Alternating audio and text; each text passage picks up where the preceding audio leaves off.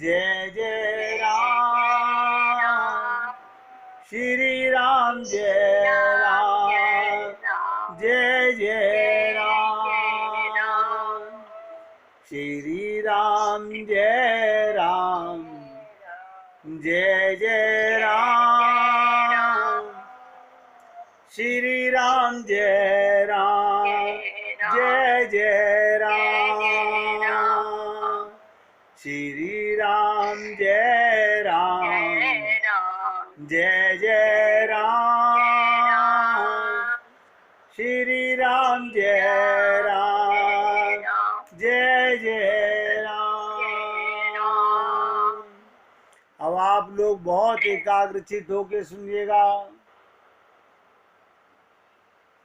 भगवान कहते हैं विभीषण की रक्षा के लिए मेघनाथ का भी सामना किया, रावण का भी सामना किया।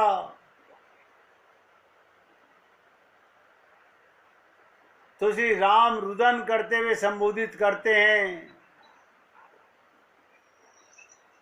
कि मेरी प्रतिज्ञा की तुम्हें यहां तक लाज है, उसके लिए अपने प्रिय बाण तक दे डाले हैं। भगवान अपनी छाती पर अपने भक्त के लिए बाण ले लेते हैं। विभीषण जीव का प्रतीक है, ध्यान दीजिएगा। विभीषण जो है वो जीव का प्रतीक है और लक्ष्मण की भूमिका आचार्य की है। लक्ष्मण जो है वो गुरु हैं।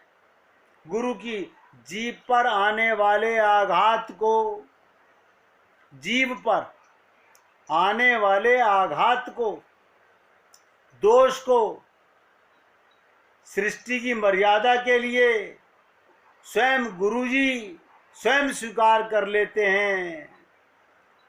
लक्ष्मण जी भी मूर्छित हो जाते हैं रक्षा करने के लिए। तो यहाँ पर लक्ष्मण जी के चरित्र में करुणावृत्ति की प्रधानता दिखाई देती है। कोई नहीं जानता कि लक्ष्मण जी क्यों मूर्छित हुए। गुरु अपने शिष्य का कष्ट अपने ऊपर ले लेते हैं। इसीलिए मैंने आपसे निवेदन किया,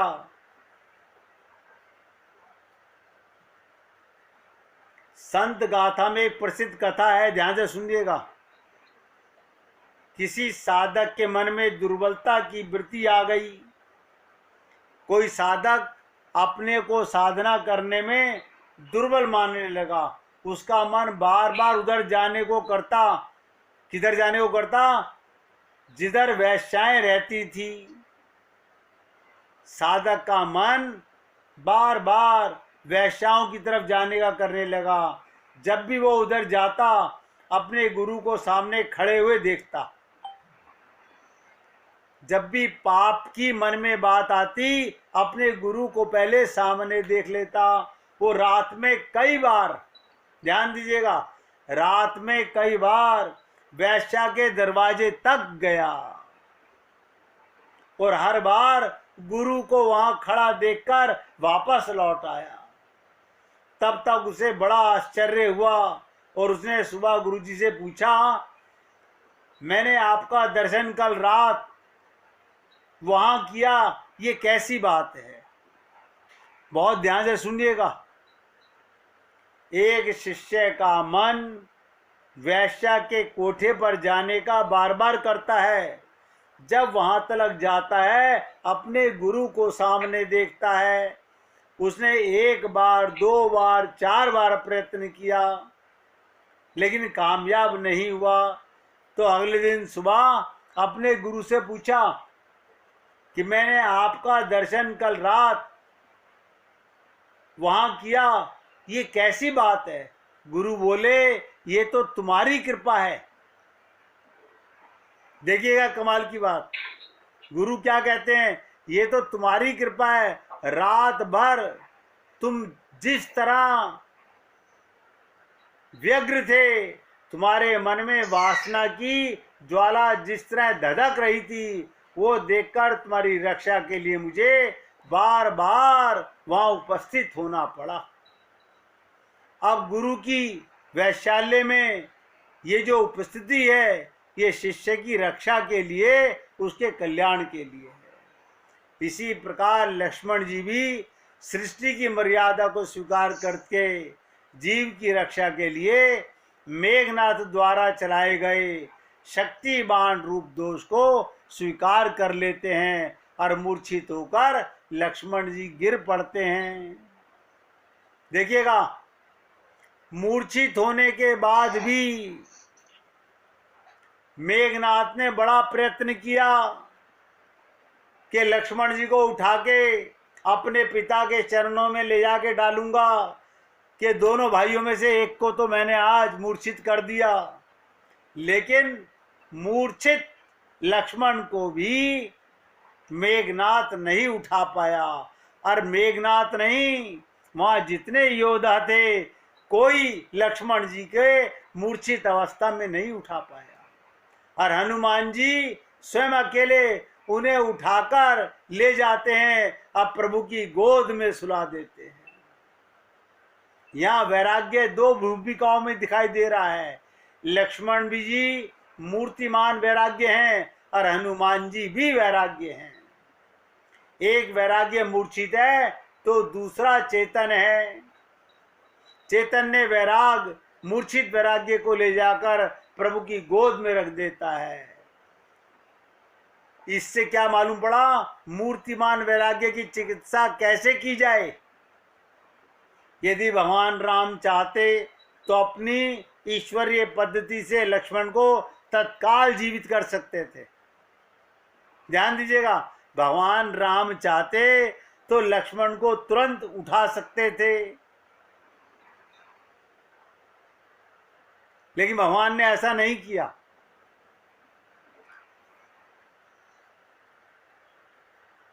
क्या करा, यदि भगवान राम चाहते, मैंने कहा तुरंत कर सकते थे। इसका अभिप्राय ये, ईश्वर यदि चाहें तो अपनी चमत्कारी पद्धति से साधक के अंतर मन के दोषों को, मुहूर्त मात्र को दूर कर सकते हैं। साधकों के जीवन में ईश्वर की कृपा का ऐसा प्रयोग कभी कभी दिखाई भी देता है, पर साधक ईश्वर की ऐसी कृपा के कारण कहीं निष्क्रिय ना हो जाए, ऐसा ना मानकर दोषों के निराकरण के कर रामचरितमानस में कृपा पद्धति के साथ साथ साधना पद्धति का भी वर्णन है। आपने सुना होगा कि जब भगवान शंकर अपनी पत्नी सती के साथ जा रहे होते हैं और नर लीला कर रहे होते हैं, उस समय स्वयं शंकर भगवान हाथ जोड़कर उन्हें नमन करते हैं।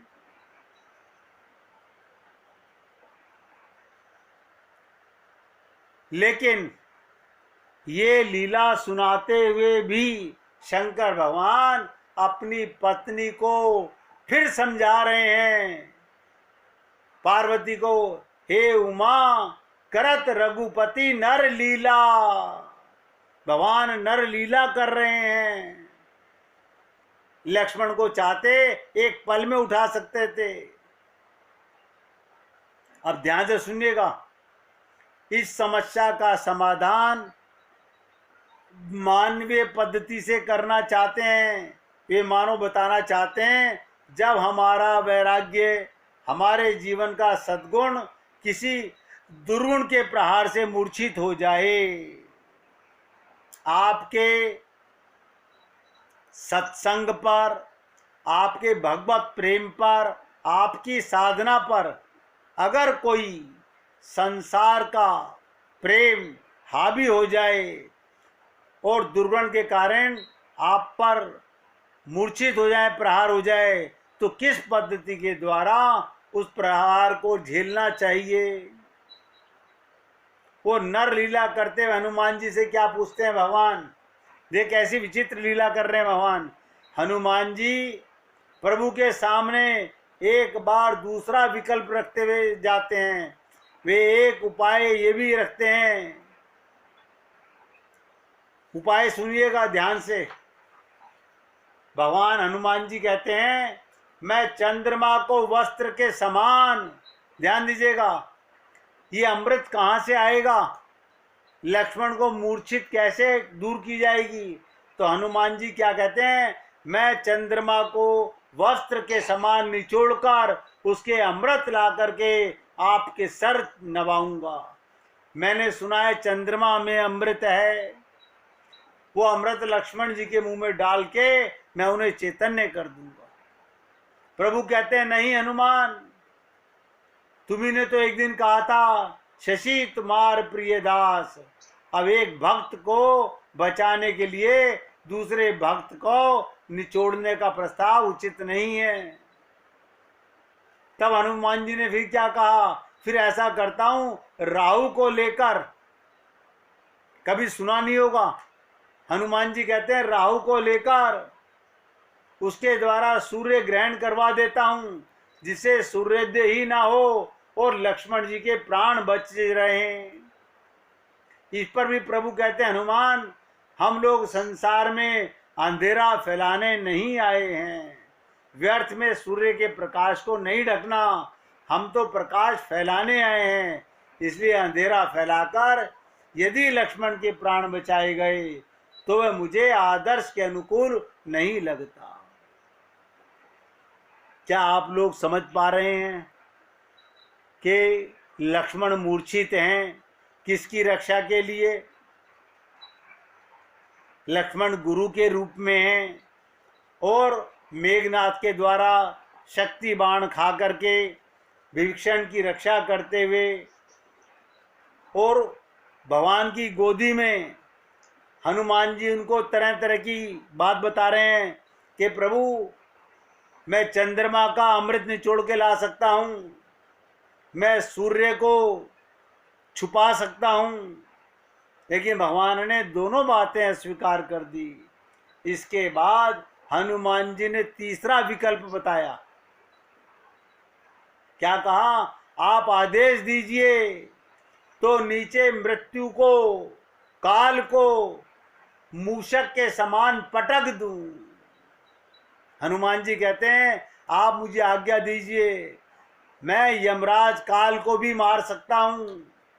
इस प्रकार सभी का पाप कट सकता है।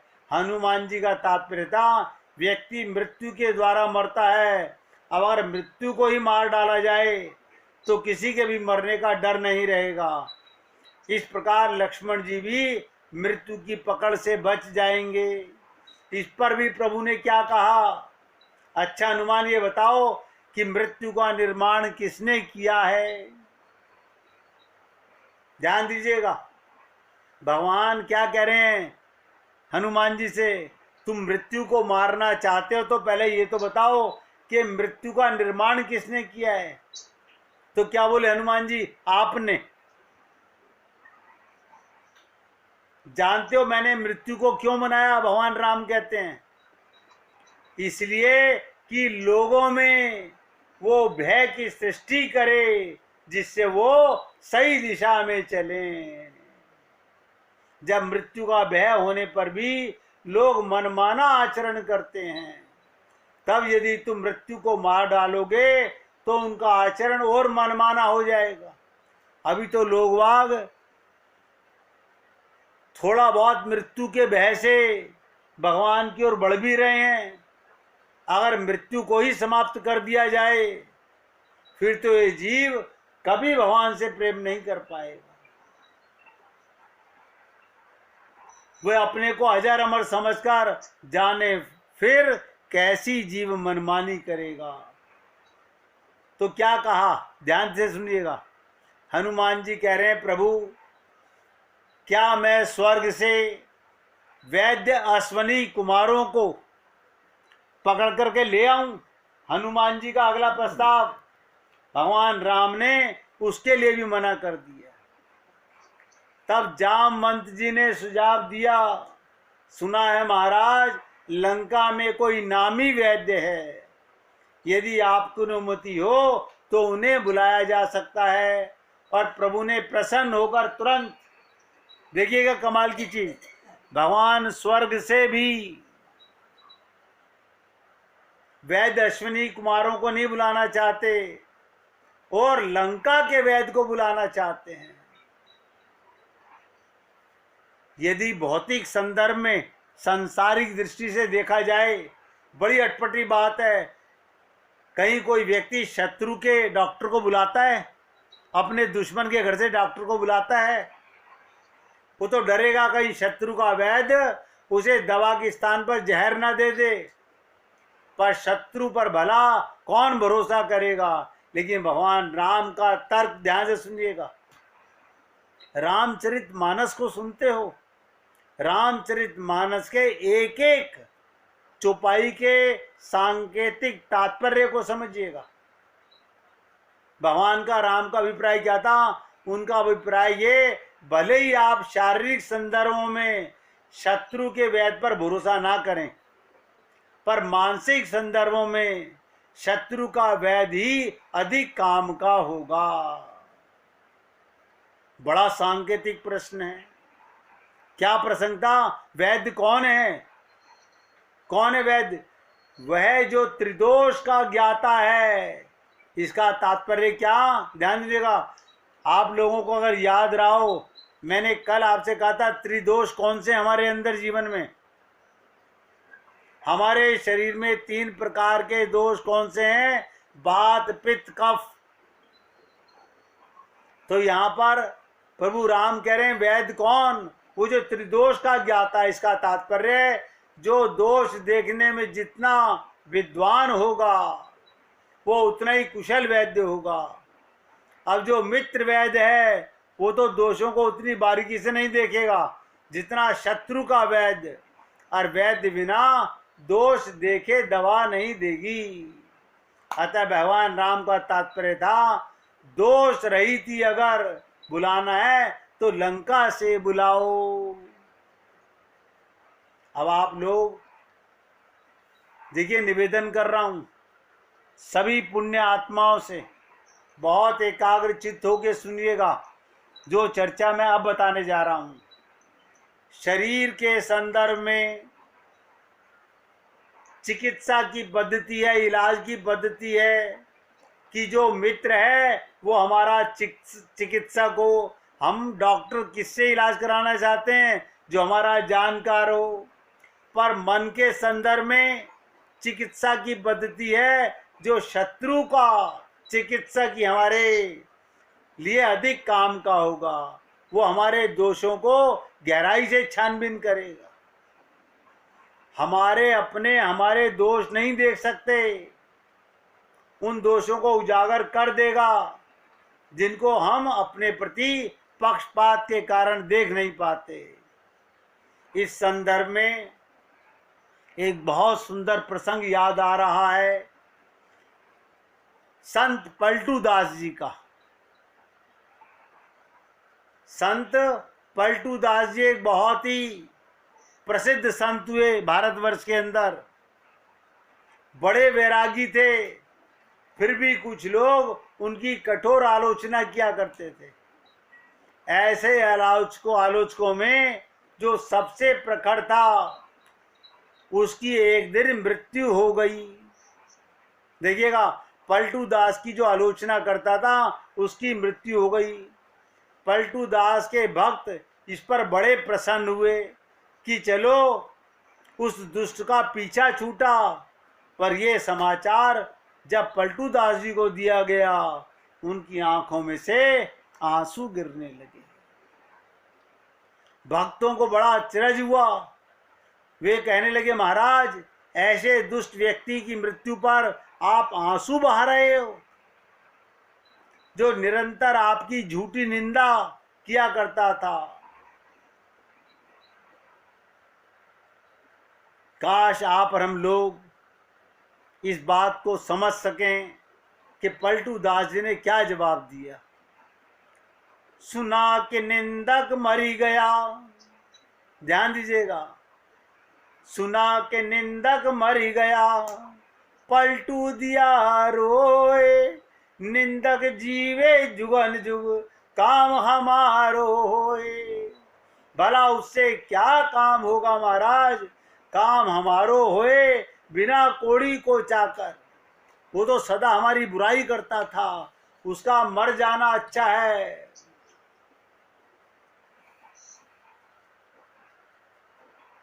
भक्त कहे दृढ़ करे जगत को भरम छुड़ावे, निंदक गुरु हमार राम सो उही मिलावे। गहराई से समझेगा, निंदक गुरु हमार राम सो उही मिलावे। काम ये होगा हमारे दोष सुनकर, यदि लोग ना आवे तो भीड़ से पीछा छूट जाएगा। पलटू दास कहते हैं हमारे पास वही आएगा, क्यों? हमारी निंदा करने वाला समाज में हमारी निंदा करेगा तो हमारे पास भीड़ नहीं होगी। बहुत पहली दृष्टि हमारे दोषों को देखा तो उसका लाभ ये होगा, जो दोष हमें दिखाई नहीं देते उनकी ओर हमारी दृष्टि जाएगी। इसलिए कहा गया निंदक नीड़े राखिए। लोग वाग बुराई करने वाले व्यक्ति का सम्मान करते हैं। इसलिए भगवान राम तुरंत जामवंत की बात को, सुझाव को स्वीकार करते हुए और शत्रुनगर रावण के लंका से वैद्य के द्वारा लक्ष्मण जी की चिकित्सा कराते हैं। सोचिएगा, अपने दुश्मन के वैद्य से इलाज कराते हैं भगवान। इसके माध्यम से वो हम सब साधकों को संकेत देना चाहते हैं भगवान कि जब भी हमारे अपने अंतर मन में दोषों को देखना चाहो तो अपने विरोधी की कसौटी पर अपने को कसकर देखिएगा। विरोधी की बात को ये कहकर ना टाल दो, अरे ये तो मेरा विरोध करने वाला है, बल्कि ये देखने की चेष्टा करनी चाहिए उनकी बातों में कितना तथ्य है। आप और हम लोग ये गहराई से ना तो समझ पाते हैं ना सोच पाते हैं। इसलिए रामचरितमानस में तुलसीदास जी ने मानस रोगों की व्यापकता का वर्णन किया और ये संकेत दिया, ध्यान रखिएगा, कि यदि व्यक्ति अपने मानस रोगों की चिकित्सा करना चाहता है तो वो केवल इन अपने प्रशंसकों की ही चिंता ना करे, अपितु ऐसे लोगों को भी खोज करे जो उसमें दोष देखते हैं। आप और हम लोग अपने मन के रोगों को मारना चाहते हैं तो याद रखिएगा, जितना समाज के लोग तुम्हारी निंदा करेंगे उतना तुम्हारे लिए ज्यादा फायदा है। बहुत ध्यान से सुनिएगा, समझने का प्रयत्न कीजिएगा। क्या बता रहा हूं? तुलसीदास जी की ये मान्यता थी कि संसार में ऐसा कोई व्यक्ति नहीं है, ध्यान से सुनिएगा, आप और हम सब लोगों में ऐसा कोई व्यक्ति नहीं है जिसके मन में रोग के मूल कीटाणु विद्यमान ना हो। हम सब के मन में रोग ही रोग भरे हुए हैं, रोग के कीटाणु हम सब के मन में हैं। इसलिए चाहे कोई मैत्री भाव से इन दोषों को देखे, चाहे शत्रु भाव से देखे, अपने दोषों की समीक्षा कराने में व्यक्ति को संकोच नहीं करना चाहिए। जैसे शरीर के रोग मारने के लिए आप डॉक्टर से कहते हो, डॉक्टर साहब कोई ऐसी दवा दो ये रोग नजर ना आए। आप रोग को मिटाना चाहते हो या रोगों को बचाए रखना चाहते हो? सोचिएगा, शरीर के रोग तो इसी जन्म में दुख दे रहे हैं, लेकिन मन के रोग, ये चित्त के रोग तो अनंत जन्मों से हमारे साथ लगे हुए हैं। हमारे और आपके सबके मन के जो रोग हैं, चित्त के जो रोग हैं, जब तक इनके ऊपर विजय प्राप्त नहीं करेंगे, ये नहीं मरेंगे, तो मैं आप सब लोगों से निवेदन करता हूं, हम अपने आप को धोखा देंगे। क्यों? ये महामूल मंत्र बता रहा हूं जिसे समझने में कठिनता बड़ी लग रही है। अपने आप देख पाना बड़ा कठिन है। अपने दोषों की समीक्षा कराने में व्यक्ति को संकोच नहीं करना चाहिए। इसको स्पष्ट करने के लिए उन्होंने रामायण के तुलसीदास जी ने श्रेष्ठतम, देखिएगा, ऐसे पात्रों को चुना जो सबसे महान पात्र हैं, महान पात्र हैं। मन के रोगों की बात को समझने के लिए तुलसीदास जी ने नारद जी को चुना। बताइएगा, नारद जी जैसा संत, उसके अंदर भी मनोरोग दिखाए गए। नारद एक महान आचार्य हैं, महान संत हैं, उनसे बढ़कर व्यक्ति की कल्पना नहीं की जा सकती। वे महान योगी, महान ज्ञानी, पर ऐसे नारद के मन में जो दोष उदित होते हैं, बहुत ध्यान से सुनिएगा। रामचरितमानस में क्या कहा गया, अब कम से कम 5 मिनट आप सब पुण्य आत्माओं से फिर निवेदन कर रहा हूं, सब कुछ भूल करके एकाग्रचित होकर सुनिएगा। काकभुसुंडी जी गरुड़ के समक्ष शरीर और मन के रोगों की तुलना करते हुए क्या कहते हैं कि शरीर के रोग और मन के रोगों की तुलना देखो। काकभुसुंडी जी गरुड़ जी को बता रहे हैं, काम बात कफ लोभ अपारा। काम क्या है? बात का रोग है। ये काम कहाँ रहता है? मन में रहता है। और बात का रोग कहाँ रहता है? शरीर में रहता है। दोनों की तुलना कर रहे हैं। काम बात कफ लोभ अपारा।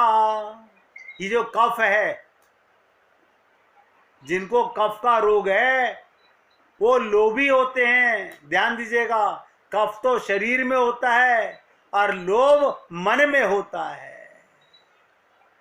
तो मन के रोग और शरीर के रोगों की तुलना देखिएगा।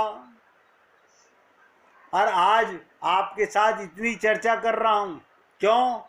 मैं 2 दिन आप लोगों की सेवा नहीं कर पाऊंगा। इसके बाद चर्चा बहुत विराट हो जाएगी, बहुत विकराल हो जाएगी। जो यहां समझ पाएगा वही आगे समझ पाएगा। काम बात कफ लोभ अपारा और क्रोध पित्त। ये क्रोध क्या है? पित्त का रोग है। पहला रोग काम का बात का रोग है। कफ दूसरा रोग है, लोभ का रोग है। और क्रोध पित्त का रोग है। इसका मतलब काम, लोभ और क्रोध, देखिएगा, काम, लोभ और क्रोध ये क्या है? बात पित्त कफ है। नित छाती जारा। काकभुसुंडी जी कहते हैं, गरुड़ जी, काम बात कफ लोभ अपारा, क्रोध पित्त नित छाती जारा। और कितनी विचित्र बात कही, अगली चौपाई को ध्यान से सुनिएगा। प्रीति करई जो तीनई भाई। जो काम से, क्रोध से और लोभ से प्रेम करता है, जिनके मन में काम, क्रोध, लोभ तीनों प्यार करने वाले हैं, उसके लिए कहा गया, प्रीति करई जो तीनई भाई, उपजई सन्य पात दुखदाई। जिसने ये रोग को समझ लिया, वही मानसिक रोगों को छोड़ पाएगा। और मैंने आपसे निवेदन किया, ये सब गिनाने से पूर्व वो कहते हैं, ये सब बात कहने से पहले क्या कहते हैं काकभुसुंडी जी? वो भी सुन लीजिएगा कि मोह सकल व्याधिन कर मूला। मोह से बड़ा कोई रोग नहीं संसार में, और आप और हम सब लोग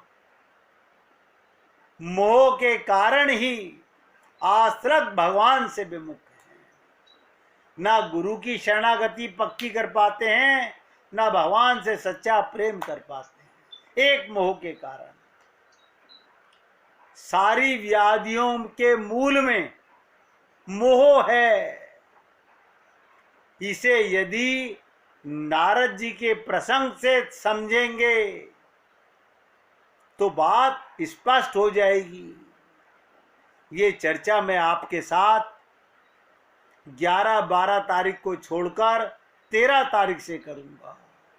रामचरितमानस के उस महान संत के माध्यम से, उस महान योगी के माध्यम से, उस महान ज्ञानी के माध्यम से आपके सामने ये प्रसंग रखा जाएगा कि ऐसा ऊंचा योगी संत महात्मा भी मोह के कारण कैसे इन रोगों के चक्कर में घिर जाता है। इसलिए आपसे निवेदन कर रहा हूं, 2 दिन आपके पास हैं। मेरी असमर्थता है कि 2 दिन आपकी सेवा नहीं कर पाऊंगा। 13 तारीख को आपकी यहीं से प्रसंग उठेगा कि बात काम बात कफ लोभ अपारा, क्रोध पित नित छाती जारा, प्रीति करई जो तीनई भाई, उपजई सन्य पात दुखदाई। और इन सब को कहने से पहले और सबसे लास्ट में फिर आपसे निवेदन कर रहा हूं, जिसको मोह नहीं छोड़ना हो, जो इस व्याधि से नहीं निकलना चाहता हो, वो ये गांठ मार ले कि मोह के बिना छोड़े आगे का रास्ता नहीं तय हो सकता। इसलिए कहा गया मोह सकल व्याधिन कर मूला। सारी व्याधियों के मूल में मोह है। और इससे यदि नारद जी के प्रसंग से देखेंगे तो बात समझ आएगी, और आप और हम लोग सोचेंगे जब इतना ऊंचा संत, इतना ऊंचा महात्मा, इतना ऊंचा ज्ञानी, इतना ऊंचा योगी भी इन दोषों के अंदर आ सकता है तो हमारी क्या स्थिति होगी। इसलिए ध्यान दो, साधारण लोग मोह को अज्ञान का पर्यायवाची मान लेते हैं, पर ऐसी बात नहीं है। ये चर्चा 13 तारीख को खुलासा करूंगा असली चीज क्या है। 2 दिन के लिए आप सबसे क्षमा प्रार्थी हूँ। उम्मीद करता हूँ आप मुझे क्षमा करेंगे। 2 दिन में आपकी सेवा नहीं करूँगा। अब आप